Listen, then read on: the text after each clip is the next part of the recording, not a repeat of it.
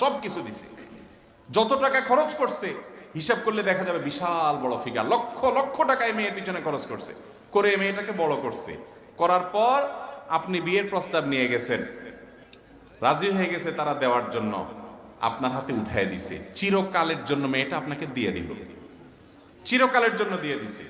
পড়ালেখা করাইছে টাকা খরচ করে বাপে, আর ওই পড়ালেখার গুণটা, ওই পড়ালেখার উপকারটা ভোগ করবেন আপনি, আপনার ছেলে মেয়ে, আপনার সংসারে। ঠিক না ভাই? ঠিক। তাকে সুস্থ রাখার জন্য ট্রিটমেন্ট করে ভরণ পোষণ দিয়ে খরচ করছে তার বাপে, আর সুস্থ সবল হয়ে ডিউটি করবে, খেদমত করবে, কাজ করবে, ভালোবাসা দিবে আপনাকে।